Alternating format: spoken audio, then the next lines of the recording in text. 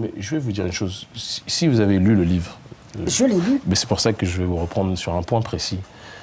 Lorsque j'étudie, vous parlez de haine, etc., ça c'est peut-être la vision de Télésud, c'est pas la vision de la rue. Je le pense objectivement. Parce que la rue, j'y ai vécu. Non, mais votre vision, la tribuca et qui ne sait pas, c'était l'anti-blanc, c'est cette image que vous donnez. C'est pas vrai. Ça, c'est une ineptie que vous répétez des médias occidentaux, qui eux-mêmes, lorsqu'on est en privé, disent le contraire de... Mais vous disiez que dans vos réunions, vous ne vouliez pas qu'il y ait des blancs dans vos réunions, et même d'arabes, parce que pour vous, vous avez l'impression que les arabes, justement, étaient négrophobes. Je comprends bien. Non, c'est pas une impression. Il y a une négrophobie qui est réelle et qui est viscérale. Peut-être que vous ne la voyez pas dans Mamadou au Pays des Merveilles. Mais... oui, donc allons jusqu'au bout des choses. Quand il y a une réunion de famille, moi, je suis père de famille. Peut-être que vous vous invitez tous les voisins, et chacun sa famille, et chacun sa maison. Moi, dans ma famille, parce que je suis un petit peu anti-mondialiste, qui est visiblement le contraire de vous, et l'histoire dira qui avait raison, qui avait tort. Je pense avoir un temps d'avance dessus. Mais dans ma famille, quand il y a des problèmes à régler dans la famille, je les règle d'abord avec les miens. Vous comprenez ce que je veux dire? Oui. Et les régler avec les siens ne veut pas dire être contre les autres. Mais il y a un moment, quand vous avez ouvert les portes à tout le monde, vous avez besoin de la fermer. Quand vous réfléchissez un petit peu, il y a des gens qui sont déstructurés, qui sont objectivement désintégrés, ils pensent être intégrés mais ils sont désintégrés, et qui pensent qu'il faut être avec tout le monde, même si votre fils a un problème, vous priorisez les enfants des autres, parce qu'on vous a dit, on vous a répété pendant des années qu'il faut être avec tout le monde. Moi je pars du principe, et la preuve, la meilleure des réponses c'est aujourd'hui, c'est que ce discours que je tiens depuis des années, ça fait qu'aujourd'hui il y a des Blancs, des Arabes, aux côtés des Noirs, qui viennent dans des rassemblements massifs où il y a 400, 500 personnes, vous comprenez ce que je veux dire? Et qui disent qu'Émi, on comprend pourquoi tu es dans cette démarche de fermeté. Parce qu'à un moment, il faut être capable de s'unir d'abord entre nous, avant de s'unir avec le reste de l'humanité. Moi, c'est ma réflexion. Et je veux dire que on dit toujours que c'est à la fin du bal qu'on paye les musiciens, mais parfois, au milieu du bal, il y a des indices. Et par rapport à l'écho qu'on a dans la rue, vous parliez tout à l'heure du fait qu'on prône la haine, etc., des clichés tellement caricaturaux que je ne vais même pas prendre la peine de me baisser, je risquerais de me faire mal au dos par rapport à ce que vous êtes en train d'énoncer. Non, je vous le dis sincèrement, c'est trop bas.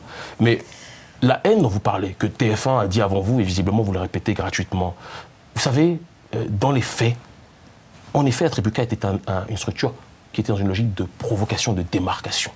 C'était soit ça, où il y avait le cran.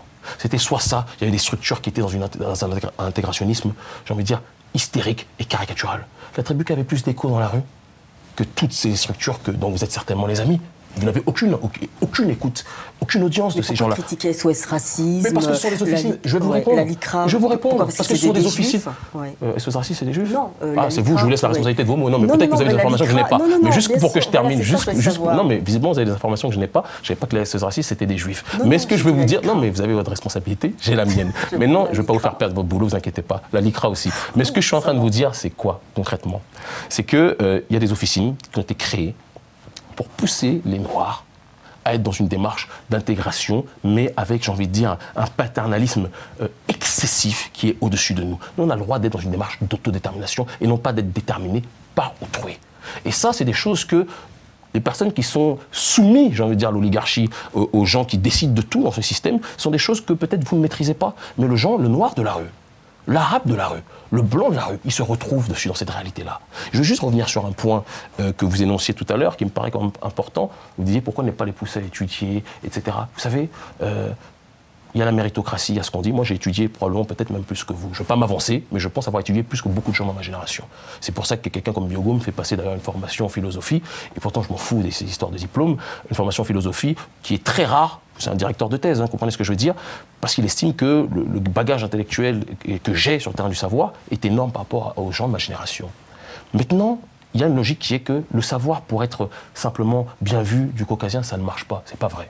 Il faut qu'on arrête cette ineptie de toujours dire que tu vas avoir des diplômes et c'est ça qui va faire que tu vas être bien vu par le... Moi, je ne fais pas les diplômes, ou je n'étudie pas pour être bien vu par les gens. Non, mais être un modèle parmi nos pères, parmi les siens. Il y a des gens qui ont étudié, qui ont travaillé leur peuple, il y a des gens qui étaient des autodidactes, qui ont fait plus que vous et que d'autres réunis. Donc, attention à la caricature. Et le savoir qui est le leur est un savoir. Le savoir qui est le libre savoir, la connaissance de soi déjà, est un autre savoir aussi. Les deux ne s'opposent pas forcément. Mais cracher sur l'un plutôt que pour élever l'autre me paraît stupide, puéril et enfantin. Voilà. Alors moi, ce qui me dérange aussi, c'est l'effet de porte-parole. Est-ce que vous avez compris déjà ce que je viens d'énoncer? Mais bien sûr, voilà. C'est clair. Je pense que même on a compris votre message. Voilà. Et moi, ce qui me dérange aussi, c'est que je refuse, là, maintenant je vais mettre, je vais oublier un peu le côté journaliste, où je dois être neutre.